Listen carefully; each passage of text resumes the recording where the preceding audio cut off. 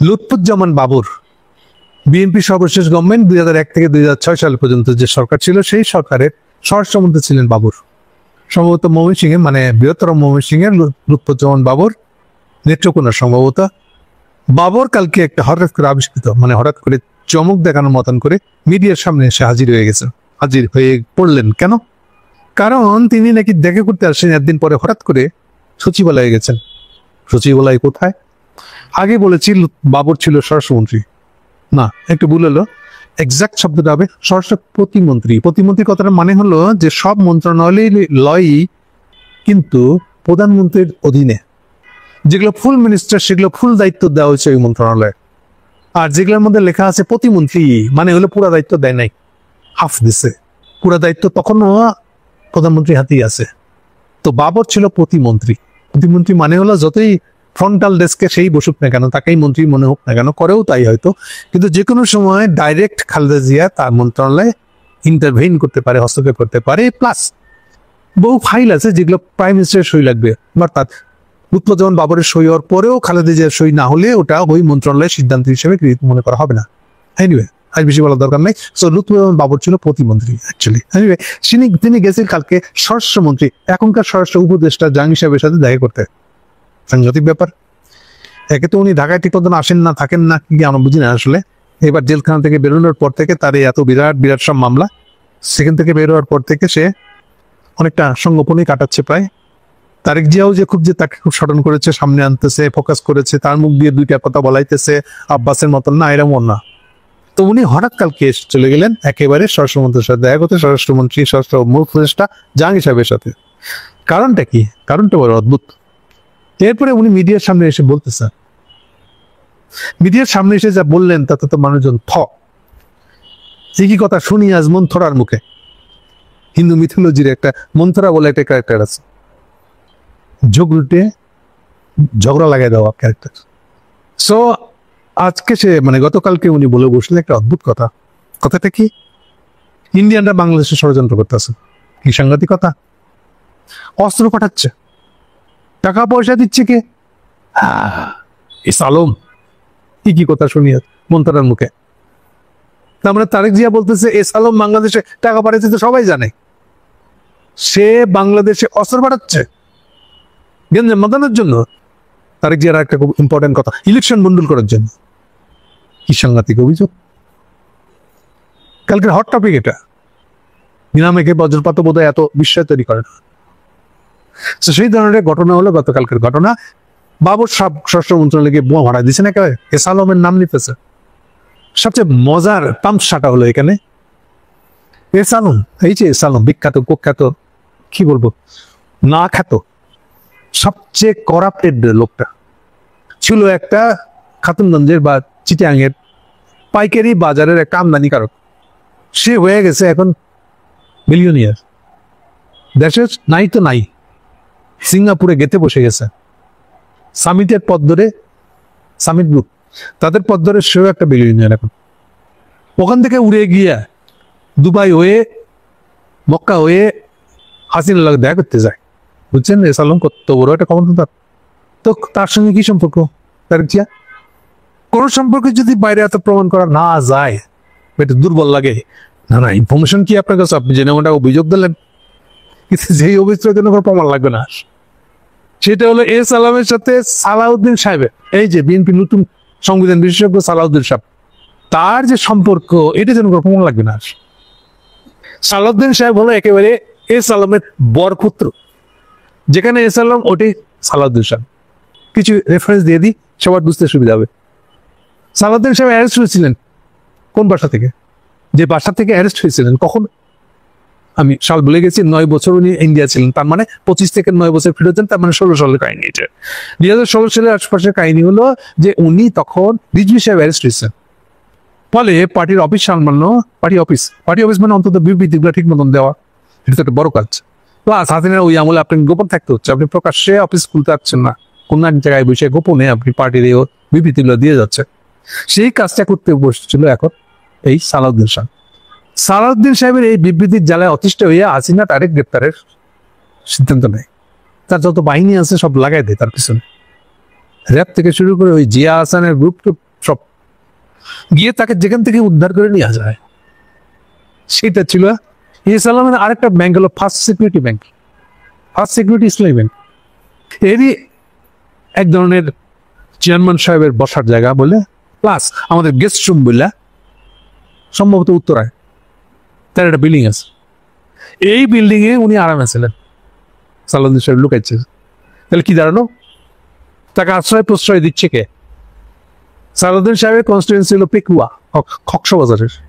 আমাদের এস আলমের কারখানা হলো বাঁশখালী। বাকিটা আপনার লজ করে নিয়ে নেন সম্পর্কটা কিভাবে হয়েছে। তাহলে যে বাসা থেকে অ্যারেস্ট হচ্ছে ওটা হলো এস আলমের বাসা, এস আলম সূত্রের বাসা।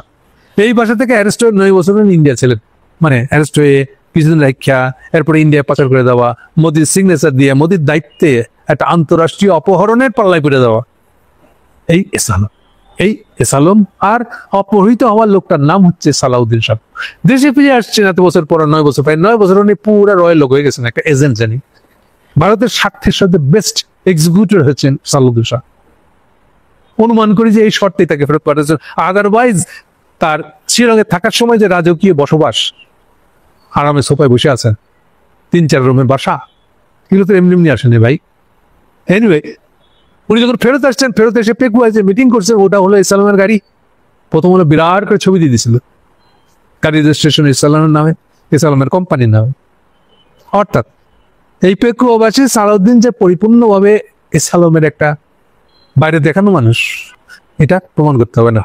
তাহলে এখন প্রশ্ন হলো, তারেক সাহেব কি এটা ব্যাখ্যা করবেন, নাকি এস আলমের সাথে সম্পর্ক প্রমাণের জন্য স্বরাষ্ট্র মন্ত্রণালয়ের কাছে যেতে হলো কেন? ওনার বগলে বসে আছেন সালাউদ্দিন সাহেব, ওটা হলে হয় না? তো এইটা তো একদম সাক্ষাৎ এস আলম একটা। উনি এস আলম খুঁজতে গেছেন বাংলাদেশে, অস্ত্র পাঠাইতেছে। এই এস আলম খুঁজতে গেছেন কোথায়?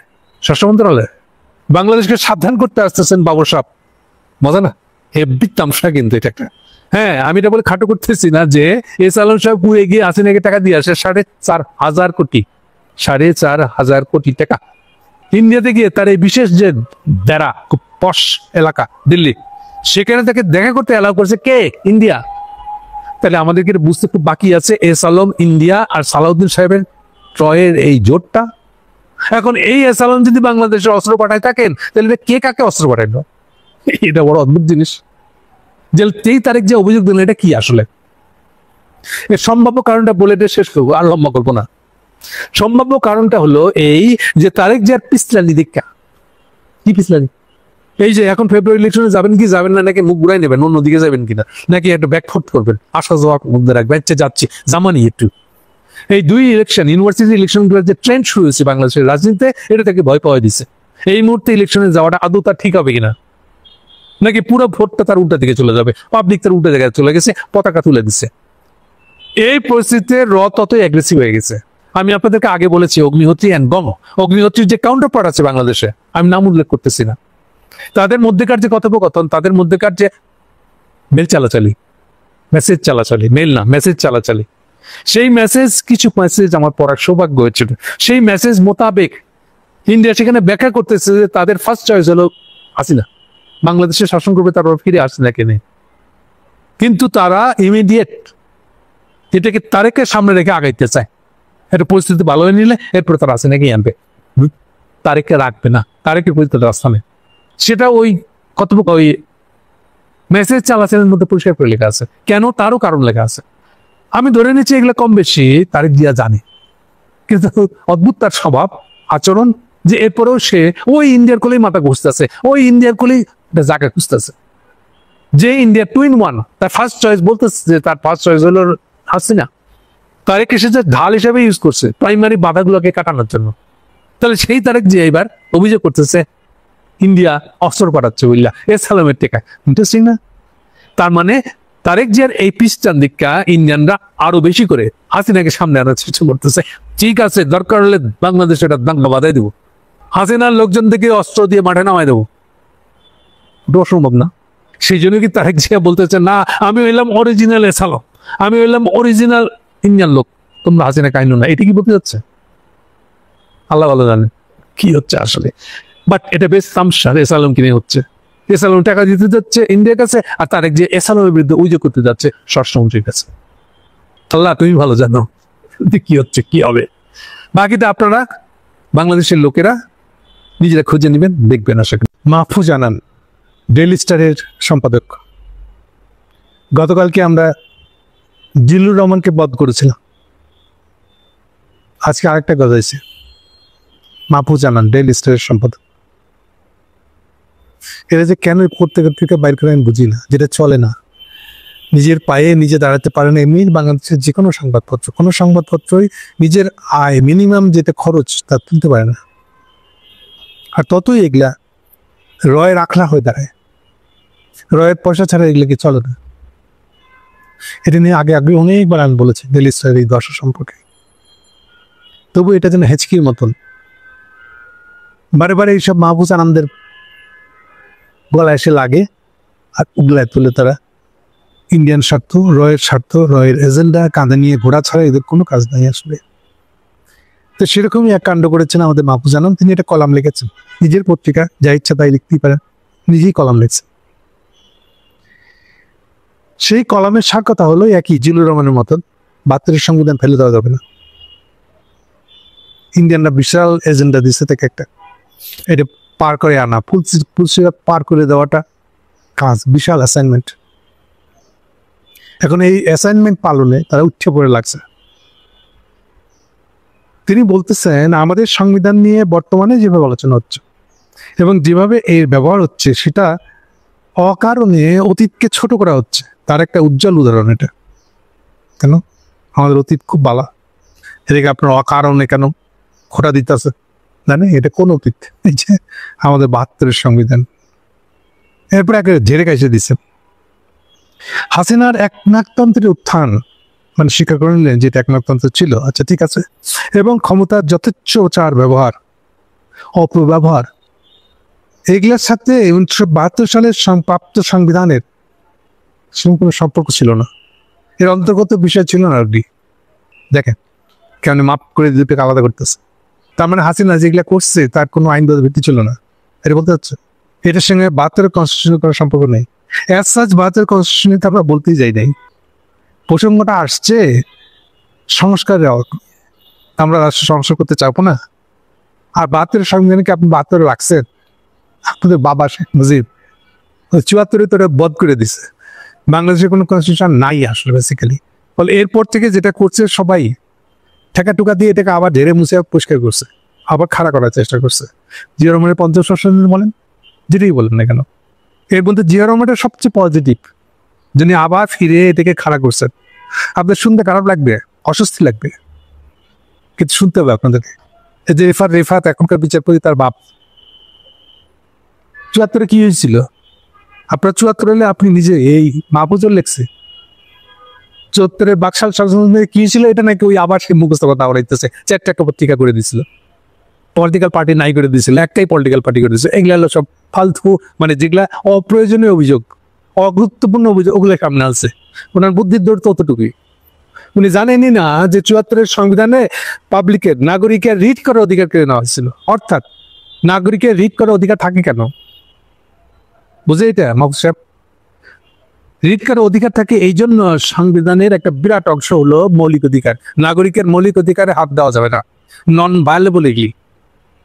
শেখ মুজিব ওই নন ভায়োলেবল মৌলিক অধিকার তো দূরের কথা, ওই মৌলিক অধিকার খর্ব হলে মানুষ যখন আদালতে যায় ওটাকে রিট বলে। ওই রিট করার অধিকারটাও কেড়ে নিছে। মাহফুজ আনামের খবর না এটা। তবু 72 সংবিধান আমাদের কত ভালো সংবিধান ছিল একটা। এই কান্না নাকি কান্না তারা গাইতেই থাকবে, এখনো গাইতেছেন। এইটা শেখ মুজিব তার 74 সংশোধনীতে নাগরিকের যেটা রিট করার অধিকার সেটা কেড়ে দিয়েছিল। আর 102 নম্বর ধারায় আদালতকেও সরাসরি ক্ষমতা দেওয়া ছিল, অন্য কোথাও থাক আর না থাক, আদালত অবশ্যই রিট করার অধিকার সংরক্ষণ করে। মানে শুধু পাবলিক রিট করবে তাই না, অধিকার শোনার অধিকারও আদালতের আছে। এইটা পরিষ্কার করে বলা ছিল 102 ধারায়। এই দুইটাকে স্থগিত করে রাখা হয়েছিল 74 সংবিধানে। মারেন বুঝলেন আপনি? কনস্টিটিউশন আলাপ করতে এসছেন, 72 সংবিধান প্যাট পড়ে যাইতেছে আপনাদের। হ্যাঁ ভাবছেন আপনি তো চিনে না কেউ? আপনার একটা ভারতের আকাইতে দালাল, ওই রয়ের টাকা না নিয়ে আসলে আপনার পত্রিকা চলে না। আর আপনার পত্রিকা না চললে ওইটা যে আপনার ওইটা আপনার লতিফুর রহমান গ্রুপ, যেটা ওই যে বিল্ডিং আপনার অফিসটা না, ওই অফিসের কিস্তি দিতে হয় ব্যাংকে, ওই কিস্তির টাকাটা আসবে না। কথা বুঝছেন? আমরা এগুলো জানি না। রয়ের টাকা নাইলে আপনাদের কি অবস্থা হবে? পুরা ভিতরটা বানায় রাখছেন এটা রয়ের যে কারখানা জানিবা, পরিচালিত একটা কারখানা জানবা। প্রত্যেকটা লোক, স্টাফ, ইভেন একটা লোক নামাজ পড়লে টিকরি দেয়, এই অত্যাচার সহ্য করতে না পেরে চাকরি ছেড়ে দিচ্ছে। বুঝছেন ভিতরে পরিবেশটা কেমন আপনার? এটাও কি হাসিনা বলছিল, আপনাকে ফোর্স করছিল, নাকি নিজেই যেচ্ছে এই ইন্ডিয়ার কাছে দেখাতে গেছিলেন যে আপনারা কত ইন্ডিয়া প্রিয় মানুষ?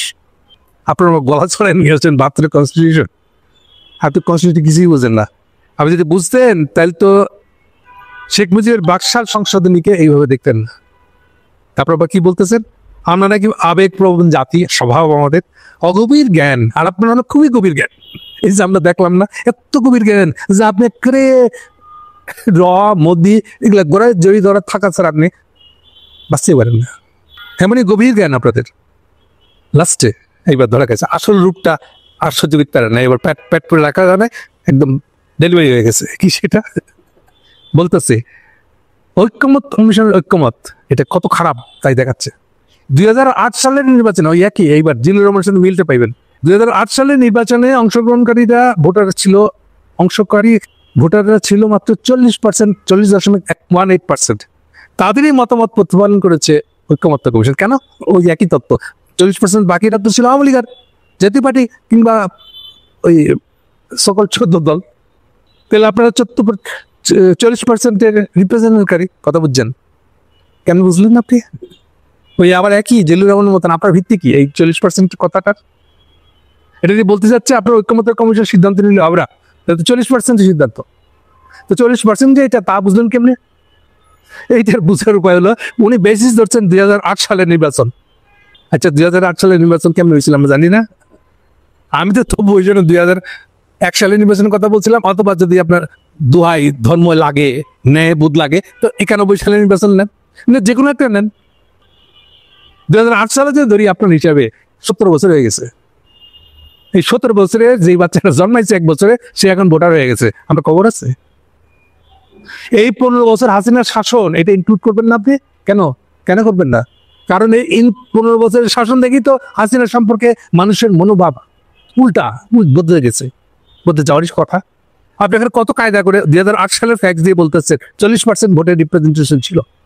এইসব চালাকি, এইসব দালালি করে আপনারা মোদির কোলে উঠবেন, আর আমরা দাঁড়া দেখবো আপনাদের বান্ধব নাচ আমরা দেখবো বসে বসে।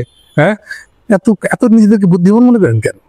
হ্যাঁ, আপনার জিল্লুরের আর্গুমেন্টটা যেখান থেকে আসছে, আপনার আর্গুমেন্ট তখন থেকে আসছে। তখন কেন এই জিল্লুর বলতে আছে এখনো হাসিনারা 40% ভোটার রিপ্রেজেন্ট করে। আপনার এই তথ্য ভুয়া। আপনারা 15 বছরের হাসিনার শাসনকে বাদ দিতে যাচ্ছেন, তার ইম্প্যাক্ট মানুষের উপরে কি পড়ছে? জুলাই আগস্টে 1405 লোক মরছে। প্রশ্ন নেই আপনার? এগুলো কিচ্ছু না, সব কনস্টিটিউশন, সব 40%। হ্যাঁ, কি বলবো আপনাদেরকে আমি? আপনারা নিজেরাই নিজেদেরকে 2-4টা বেত মাইরেন। আমরা মারলে তো বলবো যে আমরা এলাম তাদের, আমরা মব করছি। নিজেই নিজেকে মেরে নিয়ে কি বলবো? এছাড়া অন্য কিছু বলতে পারতেছি। আপনার এত নিকৃষ্ট মানুষ এত নিচে হয়? হ্যাঁ, ঘুরাই ফিরে আপনি 40% বলতেছেন। হ্যাঁ, 2008 সালের ইলেকশন হলো আপনার ভিত্তি কেন? 8 সালের কেন? 2024 একটা ইলেকশন হয়েছে, ওটা ভিত্তি আনেন না কেন? কেন লজ্জা লাগে? 2024 ইলেকশন অন করেন না? কি মুশকিলের কথা? এইসব জুয়া চুরি এগুলো খুঁড়ে আপনারা ঠিকই থাকেন, বাসায় ঘুম হয়। হ্যাঁ, বউ বাচ্চার সঙ্গে আলাপও করেন সুন্দর, মানবিক আলাপ। হ্যাঁ, আপনার মানবিক যারা এইরকম মিছে কথা বলে, আপনার মানবিক লোক। কেউ জানে না যে হাসানের 15 বছরে কি হয়েছে, তার কোনো ইম্প্যাক্ট নেই মানুষের মনে। 1400+ লোক মারা গেছে, এবং স্বভাবতে তার 10 গুণ হবে বোধ হয় যারা আহত হয়েছে, ছোটখাটো থেকে বড় ধরনের আহত হওয়া। আপনি একজন বাচ্চা ছেলে দেখছেন, আপনি যে পুরা চোখ দিয়ে দেখতে পারেন, ওর দিকে তাকালে আমাদের খারাপ লাগে। যত অত্যাচারে গুলি করছেন, এগুলো একটা আপনার সেন্টিমেন্ট লাগে না। আপনার 72 সংবিধান আর 40%, এইসব গল্প দিয়ে আপনাদের কি বলবো, আপনার মানুষই না আসলে। সুতরাং আপনাদের একই পরিণত হওয়া উচিত। এই পত্রিকা থেকে আপনার বের করে দেওয়া উচিত, পত্রিকাটা বন্ধ করে দেওয়া উচিত। আপনাদের দালালি বাংলাদেশের মানুষ সহ্য করবে না, যতই কান্নাকারি করেন না কেন। 72 সংবিধান শেষে একটা কথা বলি, এই 72 সংবিধান না আপনারা তো প্যাট পড়ে যায় কেন? জানেন না? আমরা বলে দিই, আসেন। 72 কনস্টিটিউশনে ইন্ডিয়ান স্বার্থটা হলো, তাদের বিশ্বাস হলো, যদি 72 কনস্টিটিউশনটা যদি না থাকে তাহলে বাংলাদেশের মানুষ সব মুসলমান হয়ে যাবে। মানে মুসলমান তো আছেই, তারা তার কি হয়ে যাবে? তারা সব মুসলমান মালা ফেলবে। ওইটাকে সেটা বাদ দিয়ে রাখছেন আপনারা, যে বাদ দিয়ে রাখছেন ওই বাদটার নাম হলো কি 72 কনস্টিটিউশন। এটা হলো ইন্ডিয়ান হিন্দুত্ববাদী মনের খায়েশ, মনের বিশ্বাস, এটাই আপনাদের উপরে চড়াইছে। আপনারা কি ভাবছেন এটা আমরা বুঝি না? আসলে ঘটনাটা উল্টা। আপনারা এরকম একটা 72 কনস্টিটিউশন চাপায় রাখছেন বললে, হিন্দুত্ববাদী কনস্টিটিউশনটা চাপায় রাখছেন বললে, বাংলাদেশ একটা অসাম্প্রদায়িক বাংলাদেশ বানানোর আয়োজন করছেন বলে বাংলাদেশের মানুষ এত বেশি ইসলামমুখী হয়েছে, ইসলামটাকে এত বেশি রাজনীতিতে স্পষ্ট করে বলেছে। কারণ এটা ইসলাম মানে নাই, এটাই হলো আপনাদের বিরুদ্ধে মুখে থাপড়া। কারণ একমাত্র এটা দিয়ে সে ঠেকাইতে পারে আপনাদেরকে।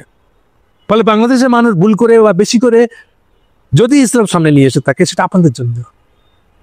আপনারা যত বেশি এটা জোরাজোরি করছেন 72 কনস্টিটিউশন নিয়ে, এটা দিয়ে আমাদেরকে মুসলমান হওয়া ঠেকাইতে পারছেন, বা মুসলমানিত্ব থেকে ঢাকা দিতে চাইছেন। আপনারা কেন ঢাকা দিবেন? আপনি পারলে দেখেন না গিয়ে হিন্দুত্ববাদকে গিয়ে দেখা দিন না কেন? বুঝতে পারছে বাংলাদেশের মানুষ মুসলমান হয়েছে, তার দোষ হয়ে গেছে। হ্যাঁ, এটা ইন্ডিয়ানদের হিন্দুদের চোখে দোষ, সেই জন্য আপনার চোখেও দোষ। এই জন্য আপনার 72 সংবিধান বললেই আপনার পেট পড়ে যায়। আগে নিজের দিকে তাকান, মানুষকে স্বাভাবিক থাকতে দেন। একমাত্র স্বাভাবিক থাকতে দিলে এটা আবার নিজের জায়গায় ফিরে আসবে, সেই ঠিক করবে কতটুকু সে ইসলামকে ইসলাম রাজনীতিবিদ আনার দরকার আছে, আদৌ নাই। আপনি আজকে ঘোষণা দেন যে বাংলাদেশের কনস্টিটিউশন থেকে এসব টিগুলো বলে দিচ্ছে, অসাম্প্রদায়িকতা, সেকুলারিজম, এগুলো ওটা বলে দিচ্ছে। আমরা দেখেন বাংলাদেশের মানুষ সুন্দর ঠিক জায়গায় চলে আসবে। আপনারা যত বাড়াবাড়ি করবেন হিন্দুবাদ নিয়ে, বাংলাদেশের মানুষ ততই মুসলমানের বাড়াবাড়ি করবে। কথা পরিষ্কার? সুতরাং বাংলাদেশে যদি মুসলমানিত্ব নিয়ে যদি বাড়াবাড়ি হয়ে থাকে, সেটা দায় আপনাদের। আপনি কেন হিন্দুবাদের নিয়ে বাড়াবাড়ি করবেন? এইটা আগে একটু খোঁজ করে দেখেন। Thank you.